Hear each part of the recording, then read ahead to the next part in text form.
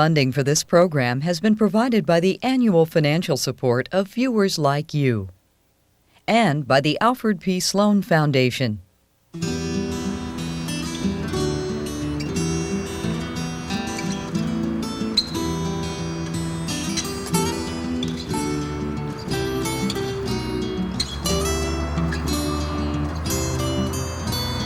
Are you going to Scarborough Fair?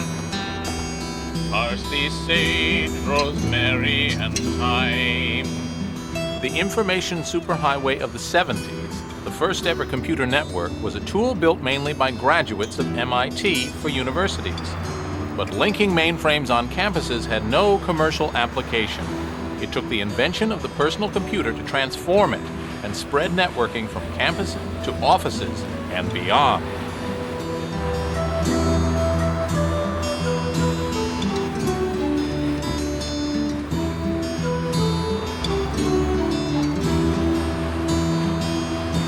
Remember me to one who was there. She once was the true love of mine.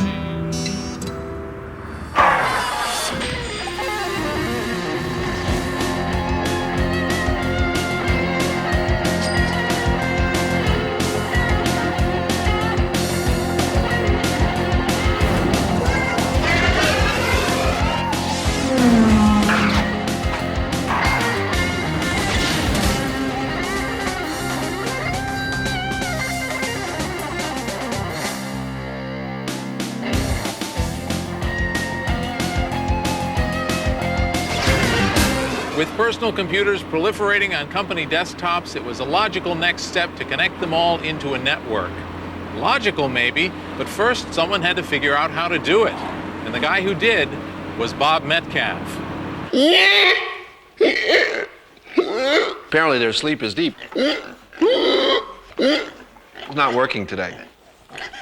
They're old and rare, and they're Gloucestershire Old Spot pigs. They're the sort of pig's pig, the classic pig. They're not commercially viable. Here you go, Bob. Fortunately, I'm not at all pig-averse. Well, reassure. Yeah, you're very sweet.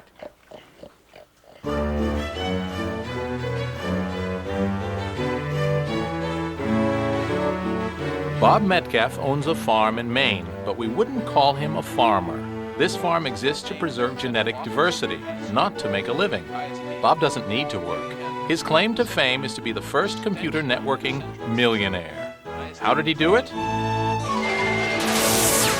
It helps to have good parents, and then it helps to work really hard for a long period of time and go to school forever.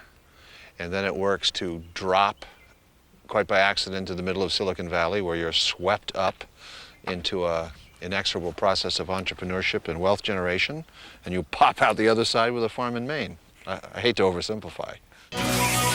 Bob Metcalfe started his computer science career as a summer alternative to working at the beach club. I took computer programming courses because my fraternity brothers told me that if I took 6251, which was systems programming, that I could get a job in the summer for appreciably more than I was then getting during the summers as a cabana boy. They have a waiting list because these are really scrumptious lamb chops.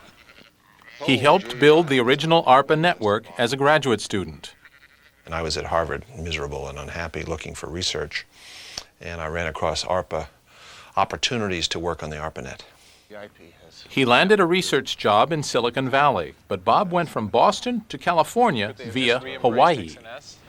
Bob had just finished his PhD. He had taken a job at Xerox PARC.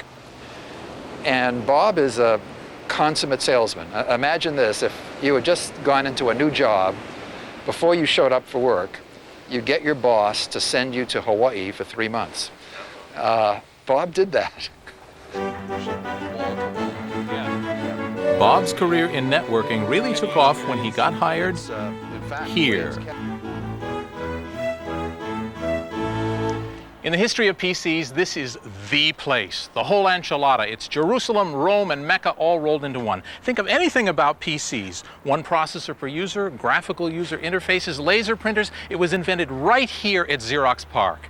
And that includes a method of linking desktop computers together so that nerds could share work, software, spreadsheets, printers, and my sister's phone number. Push another button, and the information is sent electronically. The folks at Xerox PARC in the mid-1970s were living in the future. Long before the IBM PC or the Macintosh, at Xerox they invented a personal computer called the Alto, and there was one on every researcher's desk. We knew as a fact what the world was going to look like 10 years because we had already built it and we saw that it worked. So we knew what to do. First you do this, then you do this, because we did it already. Using technical ideas from both Arpanet and AlohaNet, Bob Metcalfe invented a way of linking PARC's Altos together. People don't get how revolutionary that was, but it was our research goal to put a computer on every desk, let alone every building. So we needed a network that would connect hundreds of computers at hundreds of kilobits per second at hundreds of meters of separation. That was our spec. And out popped a network for doing that at 3 megabits per second among up to 256 computers separated by up to a mile along one big piece of coaxial cable, which we called the ether. Larry Tesler remembers Bob's breakthrough, a technical triumph of bigger bits and smarter packets. It came up a little bit at a time. First, they were able to just send a few signals back and forth, and then a few bytes back and forth, and entire packets, and then they were able to do entire streams of packets. And after a while, it really worked, and they created a lot of Ethernet boards, and everybody in PARC who had an Alto got a board, and we could start using the Ethernet.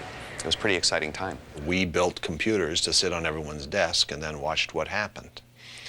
And so we worked in an economics-free zone, which is a way that research is often conducted, and produced this network of PCs, an internet of PCs. We built our own internet. Call it a paper explosion, or data overload, or asset mismanagement. What's needed is not a new system, but a new concept. This is the Ethernet cable, a passive carrier capable of accepting transmissions from various kinds of office machines and terminals. With the invention of Ethernet, PC networking became a practical possibility. For the PC pioneers, this was the realization of a dream. Well, the whole vision of why personal computers would be a great thing on every desktop in every home had to do with using them as a communications tool, had them connected together. People thought, gee, wouldn't it be great if we can get these devices to work as a community? And so you suddenly had a device that you really wanted to plug into a network. So they would all work in concert, or at least could exchange messages and share files, and that kind of thing. So the PC really gave birth to the networking age. We suddenly had something that we wanted to network. It's right here. See it? Okay. Attaboy. Bob Metcalfe isn't just a clever technologist. He's also an entrepreneur. When Xerox didn't exploit Ethernet widely, Bob thought he could. So he opened up the directory of Western venture capitalists. Starting in November '78, I started going through that directory, having breakfast, lunch, and dinner with everybody I could find in that directory. Not to raise money, I just asked them how to start a company. In June of '79, I sat down to name my company and ended up calling it Computer Communication Compatibility, 3Com.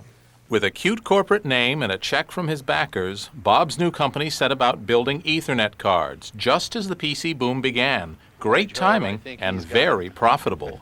Amazing. Congratulations, you're now a member of the Maze Club. Thank you. One card for $1,000. They now go in quantity for $19 each, but $1,000 could put your PC on the Ethernet. Of course, we had to build a network operating system to make it useful, which we did. And we shipped all that in September of '82. And people started buying it. And by 1983, we were growing 50 to 80% per quarter sequentially. And by March of '84, we were public with about $12 million in revenue. And by the time I left in 1990, we were $400 million a year with 2,000 people. And now And in 1997, 3Com is a $5 billion company with 12,000 people. Incredible. This Xerox sales pitch exaggerated Ethernet's range. It was 1,000 feet. But Ethernet still vastly transformed the usefulness of PCs. The challenge now was to design a commercial computer specifically to exploit the advantages of a network. It wasn't long in coming.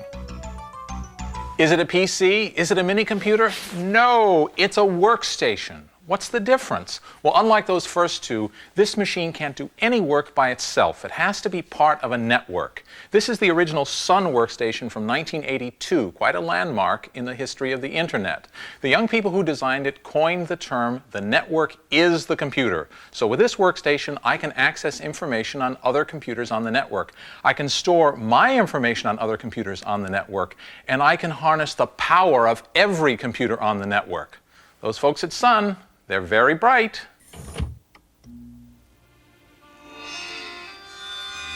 The Sun workstation has become an $8 billion business.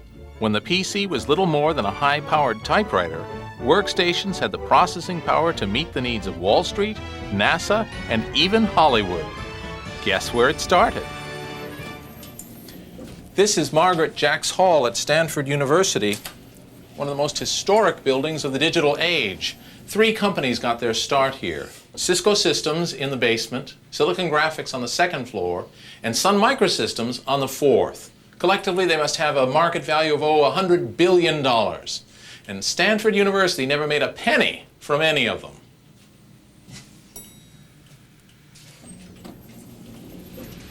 What are they doing to this place? The first Sun workstation was built in an office on this floor by a young German graduate student named Andy Bechtolsheim, who just couldn't wait to get out of the fatherland.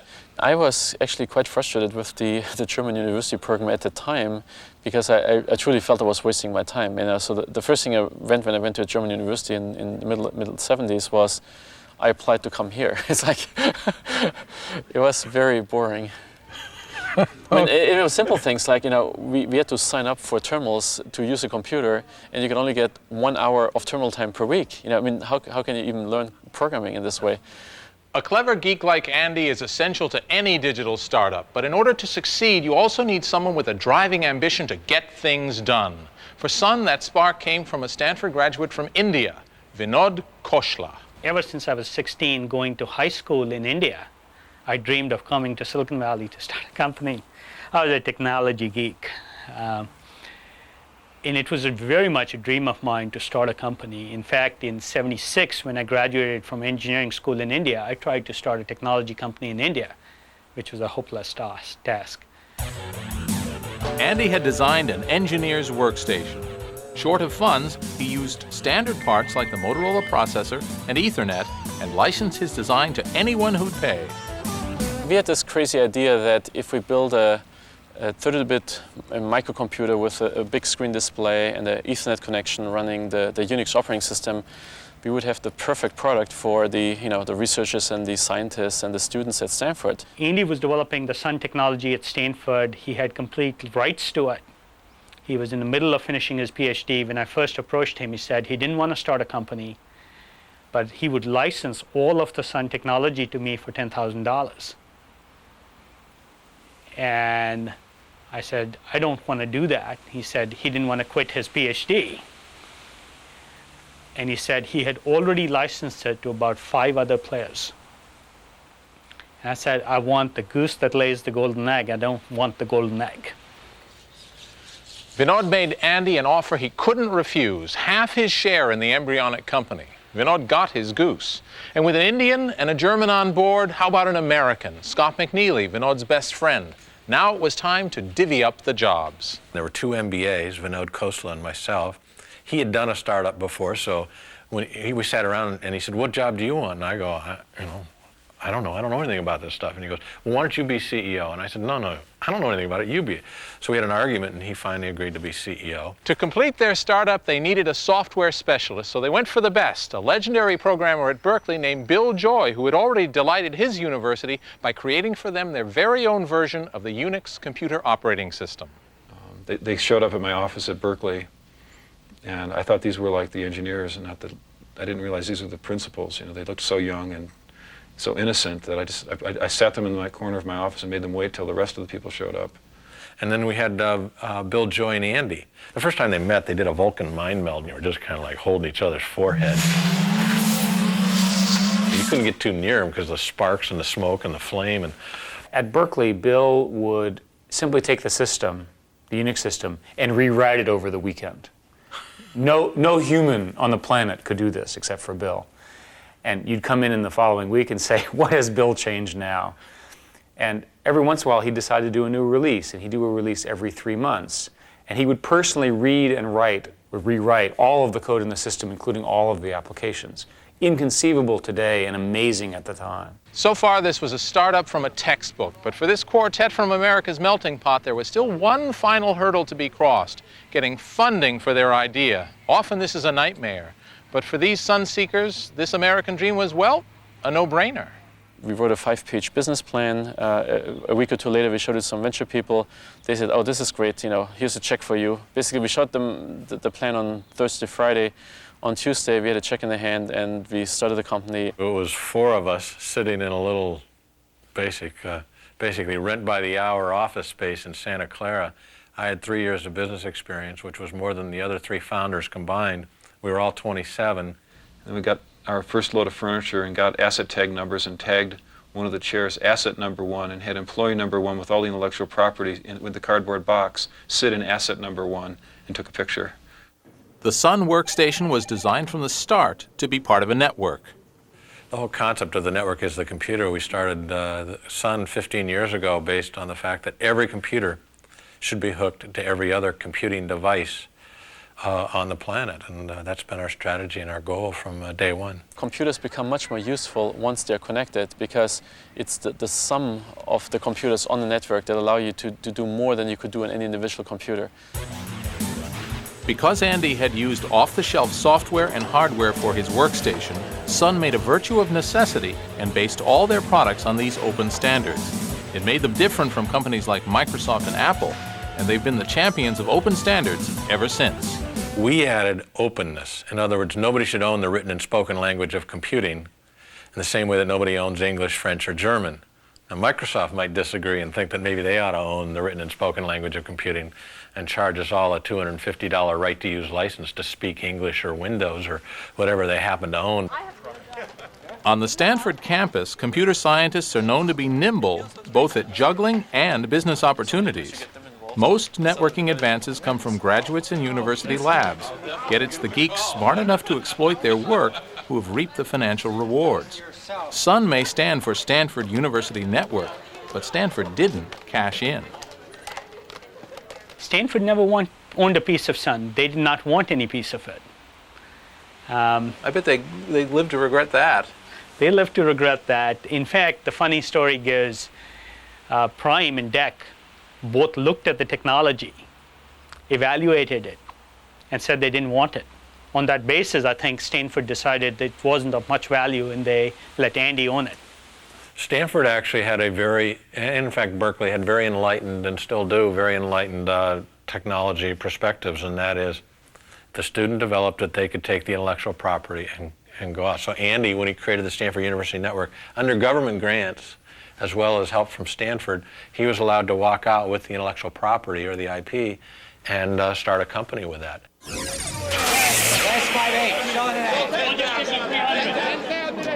Sun's timing was perfect. They caught the wave of networked computers and offered a low-cost solution for another need.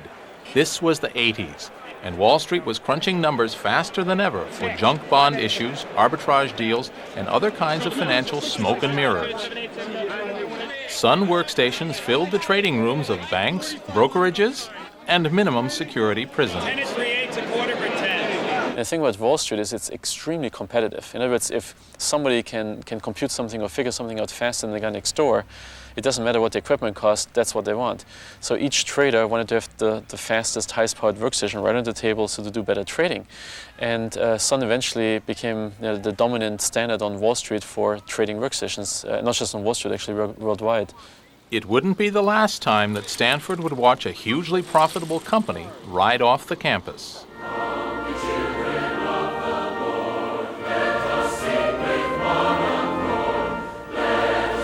Utah. Journey's end for the early Mormon wagon trains and home to their church. An unlikely place on the face of it for the next development in networking. Perhaps not when you consider the virtues of the Church of Jesus Christ of Latter-day Saints. Hard work, commitment, the will to overcome great odds to reach the promised land. And of course, great singing voices.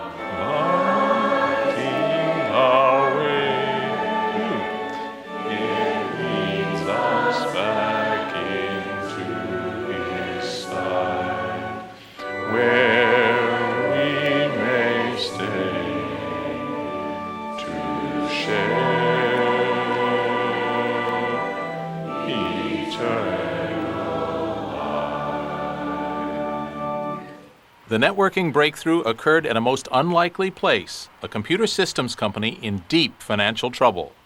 Here's just the faintest reminder that this was the first home of Novell Data Systems, now Novell.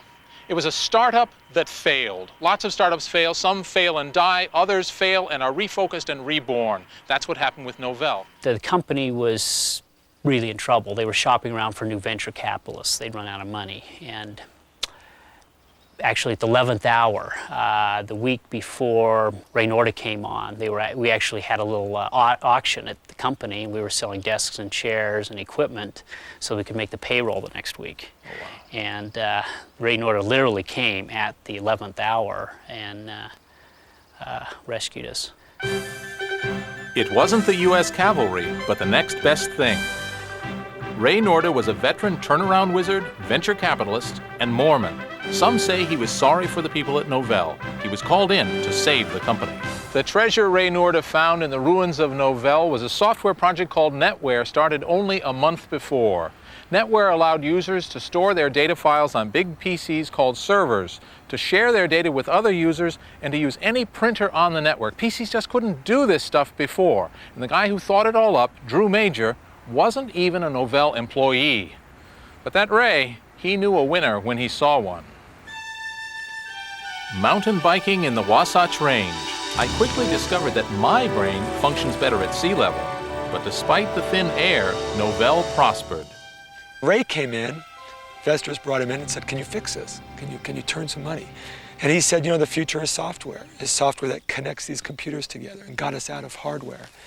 And later got us completely out of hardware, which was, at one time, hardware was 60% of Novell's business. So to get out of that was a big move, but it paid off in spades. We caught this vision. We knew that the industry was going to need file servers, and they're going to need to share data.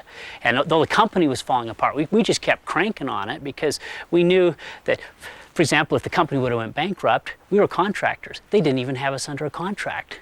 We would have had at least some rights to what we had developed. And so that kept us going. And of course the vision, even though the company itself, business-wise, was in real trouble. And Ray saw that enthusiasm. I think he got a glimpse of how big it was. I think in the high-tech area, you know, you could say it was technology, we were fast. You could say it was people. Drew is really smart, he was a brilliant man. Ray was strategic in what he did, but it has a lot to do with timing. The advent of the PC, the market need, Novell filled it. In December, we went and saw an IBM PC, the first one in Utah. IBM had done a lot of stuff right, and so we thought, well, hey, we could network that. And so we bought the first IBM PC in Utah. We were the first guys to network the IBM PC. We've got 3 calls holding in network client utilities, 22 minutes being the longest wait time. 4 calls strong. This is Novell's very own customer radio station. It's here to keep NetWare users amused while they're on hold. When you have millions of customers, this is the price of success. Here we go into the next set. Norda's business savvy and Major's software skills created a global market and turned Novell around. Psycho killer.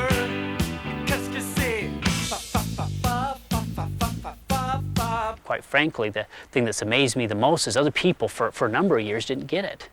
They were focusing on other things, the sexy things. This was kind of plumbing, you know, who wants to write a file server, file systems? You know, that's old stuff. That's not, but it was very strategic and very fundamentally valuable for us. They had figured out the most cost-effective way to link a bunch of personal computers together. They had taken a very small part of the problem. They decided we're going to let you share files off disks. We're going to let you attach all these computers together in a network, and we're going to let you share files, and we're going to let you share printers, and maybe send email back and forth, and that's pretty much it. And virtually everyone wanted to do that with their PC network.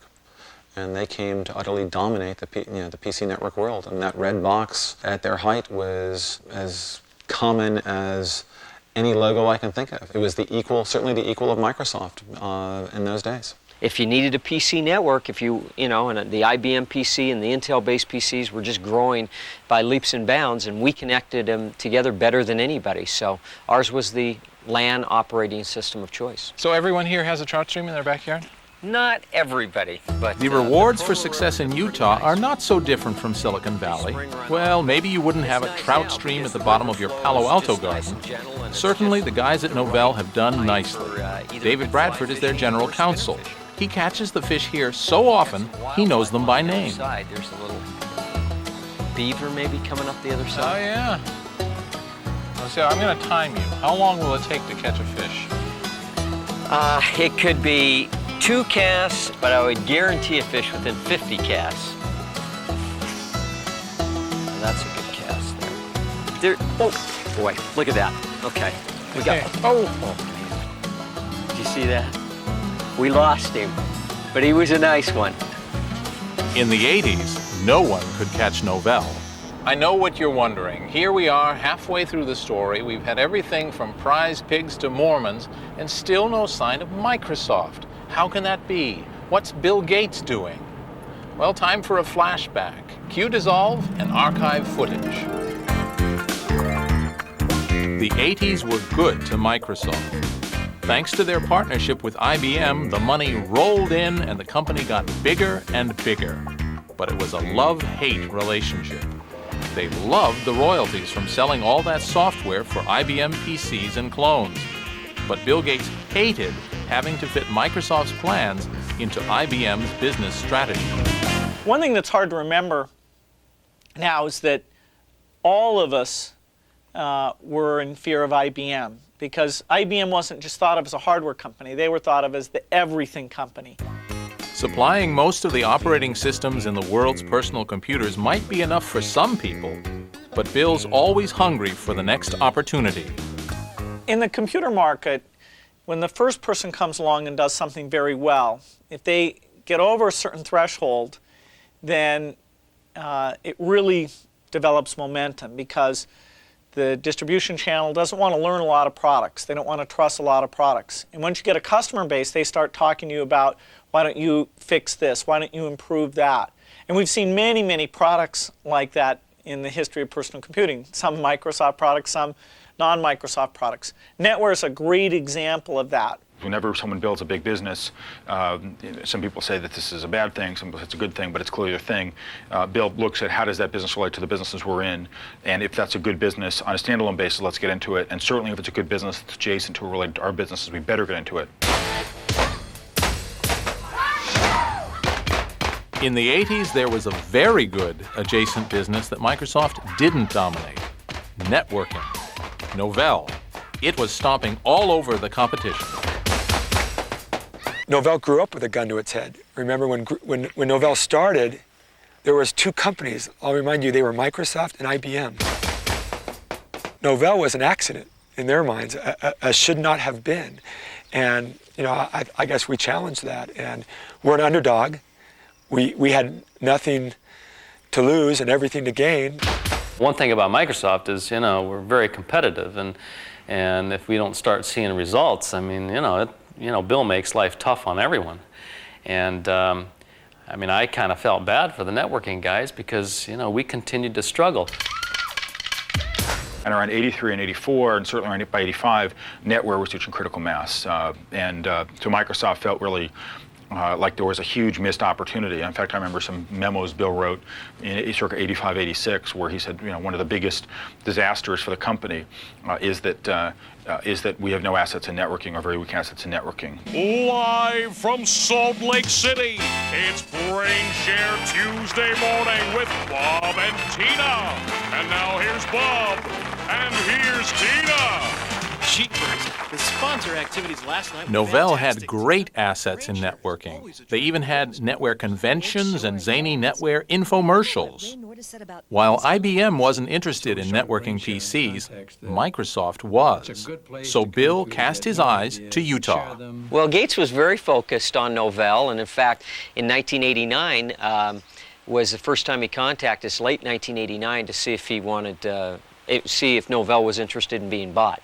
Really? So that started 2 episodes of Microsoft trying to buy Novell. We all thought, hey, maybe if we band together, we'll be able to compete and get some portion of the market in a world that IBM dominates. And so that was a motivating factor, both of the times that we sat down and talked.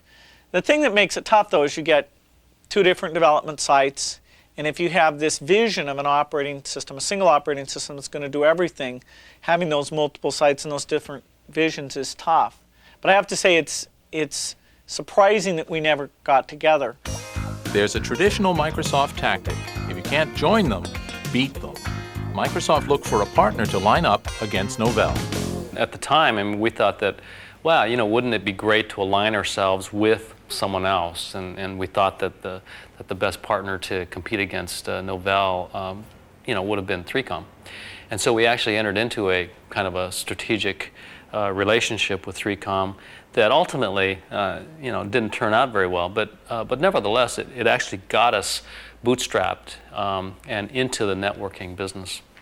In the late 80s, in our frustration with Novell, we 3Com threw in with Microsoft to unseat Novell in the networking software business. We both went into it with a lot of enthusiasm and a lot of energy. I think we wound up having a business relationship that was cumbersome at best, a technical relationship that was a little bit difficult.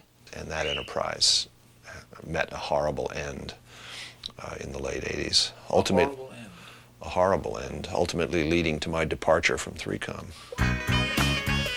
The cause of Bob's horrible end is still a matter of dispute, but everyone now agrees that Microsoft and IBM had a falling out, and then so did Microsoft and 3Com.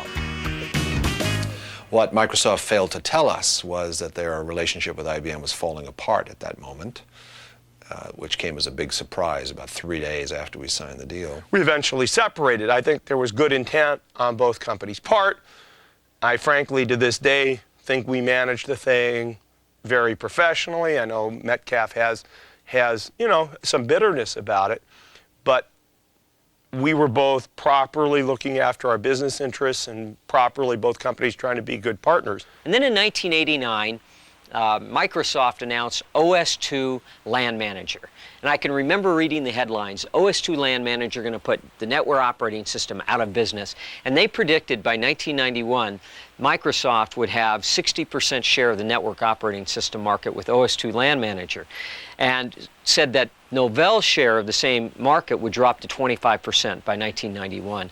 Well, by 1991, our share of 50% that we had in 1989 had grown to 75%, and they still hadn't made a dent. So, when that product failed to take off to Microsoft's satisfaction, the middle-level managers at the company there had to blame someone. They blamed us.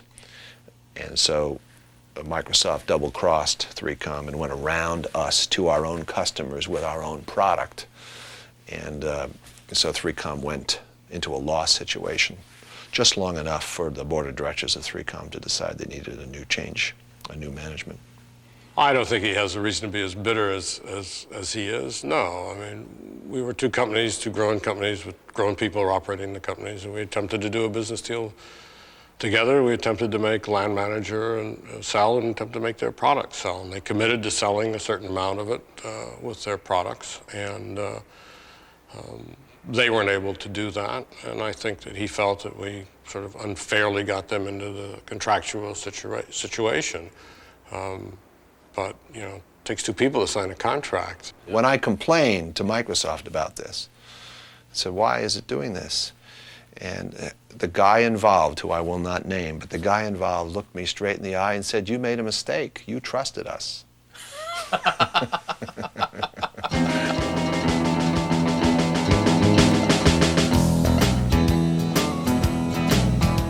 Far from the high-stakes rivalries of networking market share, the grassroots of the internet were steadily growing and in unconventional directions. More users were tuning in and turning on, attracted by the chance to connect with like-minded people, even dead people.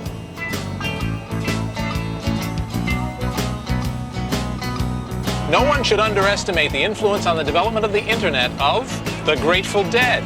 So I got my t-shirt, my VW microbus, and I'm headed out now to see a guy who knows exactly what a long, strange trip it's been to the wired world.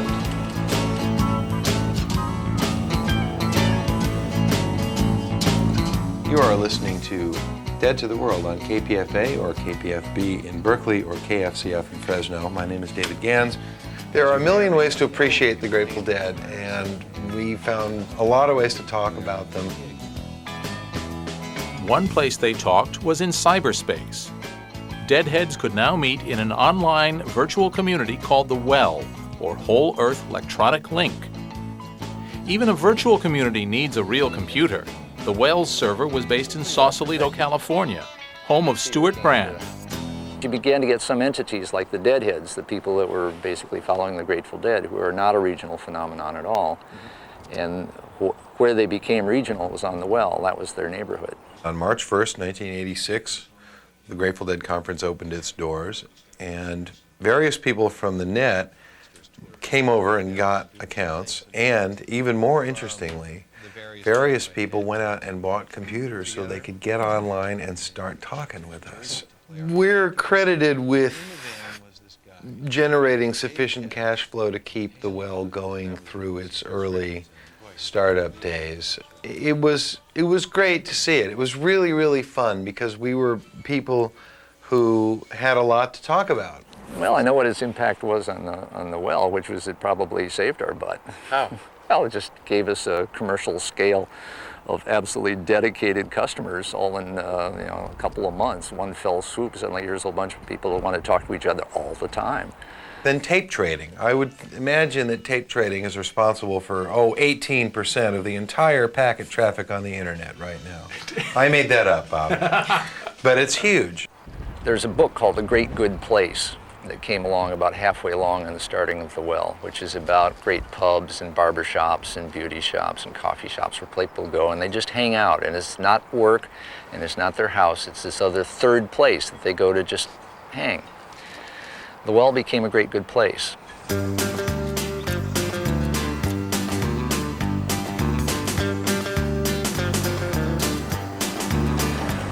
Cringely's fourth law of commerce states, new media create new opportunities.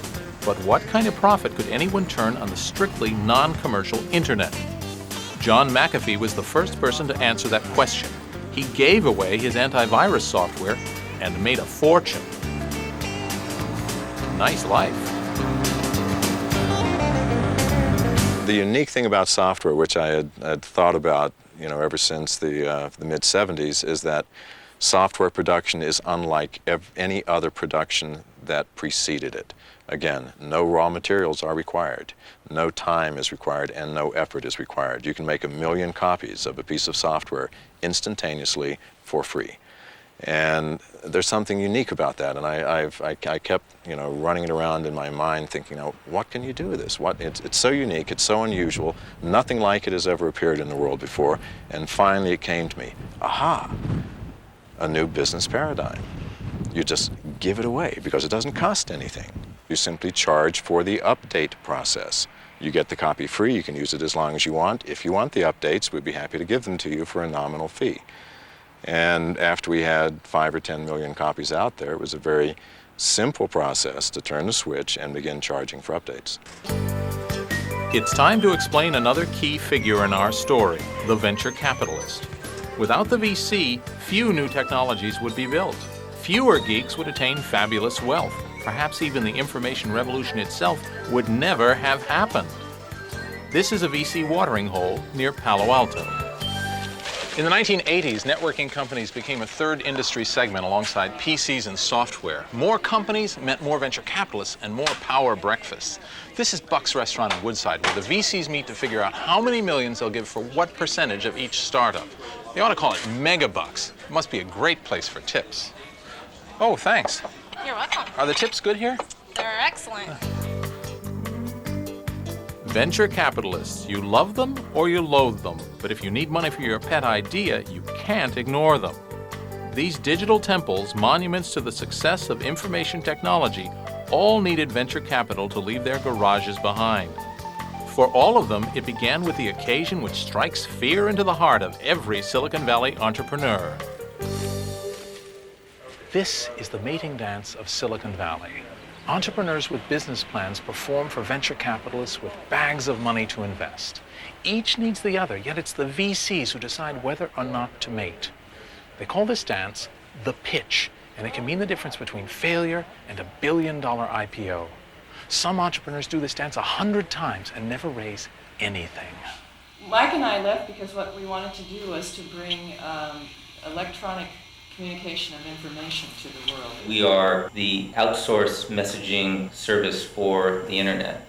Despite cautionary tales and horror stories that could outdo both Grimm and Aesop, this is a scene which is played out thousands of times a year in front of venture capitalists. It seems like you co-found a bunch of great things and then you bail out. Is it just that you? Well, I don't think you 10 get tired years. of it? I don't think 10 years is bailing out.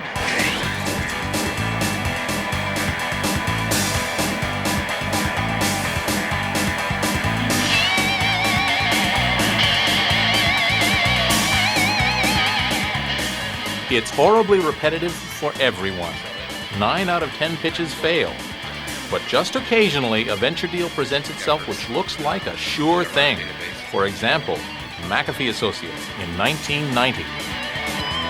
We had $15 million in the bank and 5 employees and a burn rate of $300,000 a year. So we didn't need money. We needed advice. And so we took on the 2 venture partners, and it certainly was the best deal they'd ever done. And for me, I didn't get hurt either. They turned it into a real company. It just strikes me as a kind of layperson here that $15 million in the bank is a real business. Well, it isn't. It depends on it depends on how you want to measure yourself. Yeah. They invested $10 million, and I believe from my last conversations with TA and Summit that it was the largest deal in terms of net results that they have ever done. Each of them netted over $100 million on this. So they each put in $5 million, and each got $100 million out. You know, as much of a bad reputation as VCs have, they are in fact sharks. There's no question. But once they're on your side, they're your think sharks. about it, they're your sharks. And it's like, wow, you know. So if you struggle with them, and if you can come out, bleeding as little as possible and survive, then you're in Fat City. John McAfee pulled off the final coup in startup business, the exit strategy of selling his company for a couple of $100 million. Now there has to be a way for a geek like me to get access to venture capital. Back in Silicon Valley, there's naturally a very Californian way of conducting business. Here, instead of 3 martini luncheons, these VCs play ultimate frisbee. That's co-ed American football with a frisbee instead of a ball. But forget about the rules. I've come up with a great Cringely get-rich-quick scheme. I gotta get some money. I'm gonna network with these guys. You take Tracy, and I'll take the I don't know guy. who Tracy is. She's the only girl over. Oh! Never underestimate. I know, so stay on her. She's good. She's back.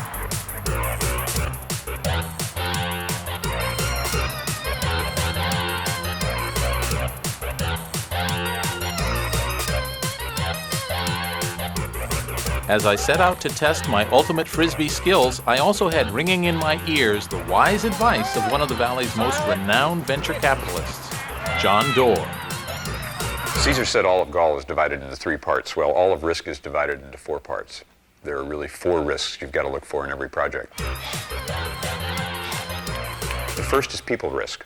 That is, how the team is going to work together. Because invariably, one of the founders doesn't work out and falls out, which is why you want their options or equity to vest. The second risk is market risk, and that's incredibly expensive risk to remove. That's about whether or not the dogs are going to eat the dog food. Is there a market for this product? And by the time you get the product to market, you may have expenses of $1 million a month. You don't want to be wrong about market risk. I'm getting old. I'm getting real. The third risk that we're quite willing to take on is technical risk. That's about whether or not we can make a pen computer that works, or be the first to commercialize a web browser, or to split the atom, if you will. That technical risk is one we're comfortable trying to eliminate and take on. The fourth and final risk is financial risk. If you have all of the preceding three right, can you then get to the capital that you need to go grow the business? And typically you can. There's plenty of capital to finance rapidly growing new technologies that are addressing large markets. Sorry, Bob, your idea sucks. We're not funding it. There's this myth that Silicon Valley companies are always started in garages, but there are other options. The biggest company in the networking business, for example, was started in a living room in this house where Len Bozak and Sandy Lerner used to live. They were Stanford academics, but they were in different departments on different computer networks and unable to send email messages like, "Did you feed the cat?" So they invented a way of networking networks with things called routers. The company they started in 1983, Cisco Systems, today does $10 billion a year in business. Routers created great wealth for the Cisco founders, Sandy Lerner and her former husband, Len Bozak. Their story is a classic nerd saga that started by accident and ended in a boardroom drama that many company founders have experienced to their cost. Was it your love of computers and networking that drew you two together?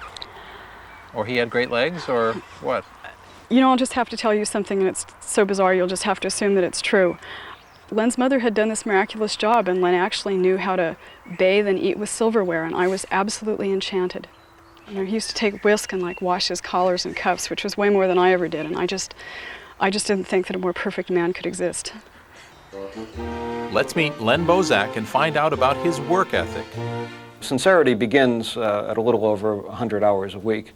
You can probably get to 110 on a sustained basis, but it's hard.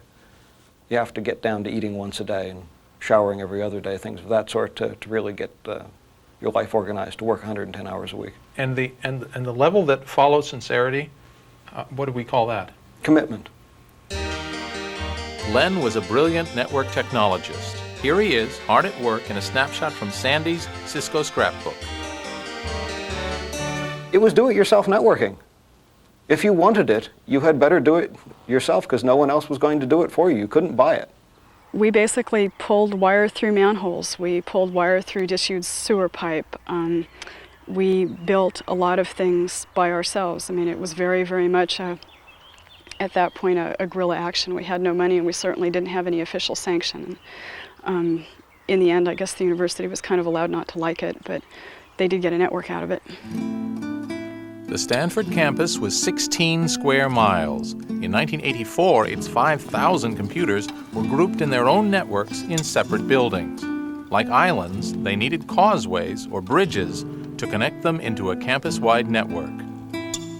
We first built some bridges, and then we built some crude routers, and then we built better routers, and that solved for Stanford the same sort of problem that it solved 10 years earlier for ARPA, how to use a computer anywhere you wanted. On the digital highway, packets are blasting this way and that, going from network to network on the way to their ultimate destinations. At every point where one network is linked to another, there's a box called a router. Think of a router as a traffic cop. Like the cop, a router does three things. It stops traffic, it starts traffic, and it gives directions. So routers keep local packets from leaving their own network and clogging the internet. Internet packets they let go through, and even give them directions to the next router. What routers don't do is eat donuts or give tickets.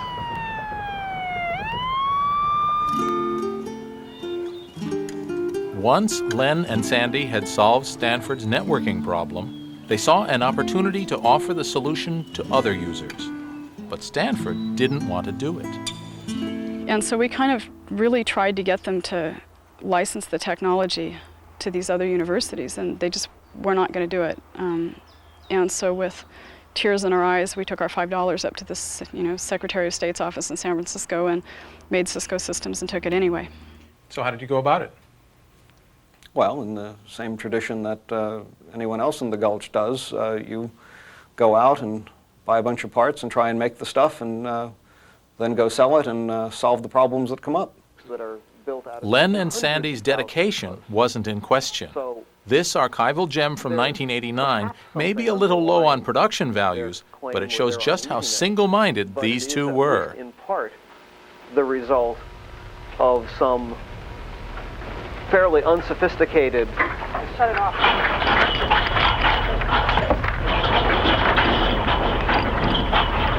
All right, get on video. Nice. Well, that's very interesting. That wasn't the Wellfleet marketing department bombing the Cisco premises. That was a genuine San Francisco earthquake. Looks like Not even an earthquake could divert their attention from the glorious business of routers and bridges. So the Cisco headquarters was their house. The technology was, well, borrowed from Stanford, and their operating budget was plastic. You sort of spend against your credit cards and hope that the checks come in from your customers fast enough to meet your expenditures. How did you decide how much to charge for your products? We guessed. Now, how big a business could you build on your credit cards? About $500,000 a month. One bedroom was the lab. Another bedroom was office space. And when it was time to build and test something, well, that was the living room. We financed the company on credit cards. We were turned down by 70 or 80 venture capitalists. Yeah, it was pretty touch and go. There's a downside to VC involvement. For all that money, they expect to own most of the company, to sit on the board, to tell you whom to hire, to generally question the competence of the founder to run the company. It can end in tears. Don Valentine was venture capitalist number 77, and his previous investments show that he understood the potential of this business. We knew from the experiences at Apple and at 3Com that the world was going to be connected. At that point, I think Cisco was doing, I think, $250,000, maybe $350,000 a month without a professional sales staff and without an official, conventionally recognized marketing campaign. So it wasn't a bad business just right then. And so I think just for the novelty of it, the folks at Sequoia listened to us. We ended up taking money from Don Valentine and Sequoia Capital, who's a very savvy player, and Len and I were not, and I think that's probably about the best way to put that. Don does just what he does. He has a formula, and he executes against it. And that doesn't make him a good or a bad guy, just what he is. The commitment we jointly made to each other is that we at Sequoia would do a number of things. We'd provide the financing, we would find and recruit management, and we would help create a management process, none of which existed in the company when we arrived. Sandy and I agreed to a forfeiture contract, a type of indentured servitude, where if we didn't do what the company asked, they would have the right to repurchase the shares that we actually already owned. We ended up with a 4-year vesting agreement and 30% of the stock in the company and no employment contract. And I would strongly advise anybody watching this program not to do it that way. How should they do it? Well, certainly get your own lawyer. Sandy and Len soon discovered what many entrepreneurs before them have learned, that the company you founded is no longer the place you work. It was August 28th, 1990, but who's counting? Okay, and what happened that day? Well, quite simply, I got fired. We had discussed this event and that sooner or later the venture capitalists always want to get rid of the founders. That's just part of Don's formula. Both were very critical and helpful people to launching Cisco, no question about it. Len is a very, very good technician and recognizes that he has little interest or little ability in management and positions himself accordingly. So in the company, he was the chief technical officer. Sandy, who is a person very committed to a number of aspects of business, was very acutely sensitive to how well the customers were treated. Don's opening words to me, the first time I ever met that man, wouldn't have known him from The Man on the Moon, where I hear you're everything that's wrong with Cisco. I'm also the reason why there is a Cisco. What went wrong back at the ranch? Well, the end of the story is that one day, with the president, John Mortgage's prior approval, 7 vice presidents of Cisco Systems showed up in my office. We had a reasonably civil meeting in our conference room, the outcome of which was a very simple alternative. Either I relented and allowed the president to fire Sandy Lerner, or they, all 7, would quit.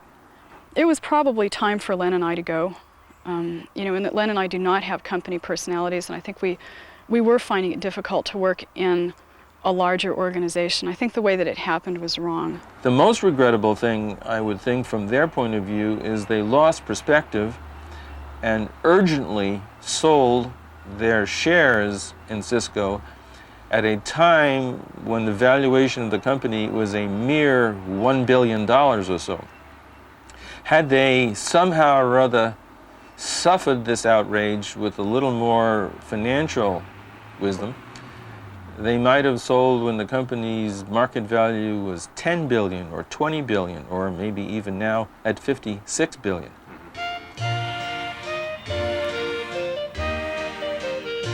The pain of not having $18 billion must be slightly lessened by the pleasure of having $100 million to your name. What to do with all that money? Sandy Lerner's foundation acquired the manor house in the English village where Jane Austen wrote her novels. This came up for sale in 1992, and I, for some very illogical reason, bought it thinking that it would be just a wonderful place for the Center for the Study of Early English Women's Writing. Today, Sandy is also the proprietor of a successful nail polish empire, Urban Decay, which specializes in grunge colors called Bruise, Mildew, and Acid Rain. Whatever would Jane think? Pride and Prejudice or Sense and Sensibility? Len Bozak now runs a Seattle technology company. His charitable donations fund the search for extraterrestrial intelligence. Len is not kidding. He's serious about the universe. Very, very serious. It's one of the most important questions that a sentient being can ever formulate, and that is, are we alone? Either answer, if you could obtain it, is of tremendous import. But you surely do not expect little green men to come and present you with a message. On the other hand, if you don't listen, if you don't, in any organized way, ask the question of the universe, what if it has an answer waiting for you? Think of what you've missed. Len and Sandy left the company when it was worth $1 billion. Today, Cisco Systems is worth $60 billion. In the intervening years, Cisco and its competitors went from steady to spectacular to incredible rates of growth, much of it fueled by the next great internet invention, the World Wide Web. And look what became of Len and Sandy's living room.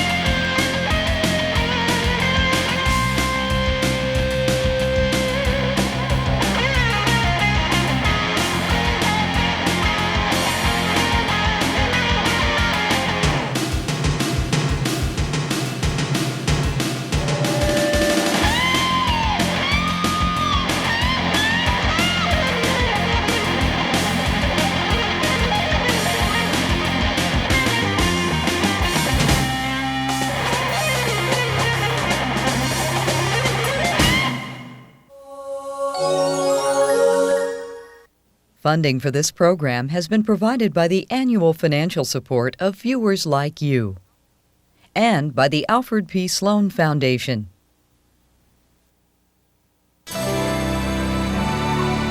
This is PBS.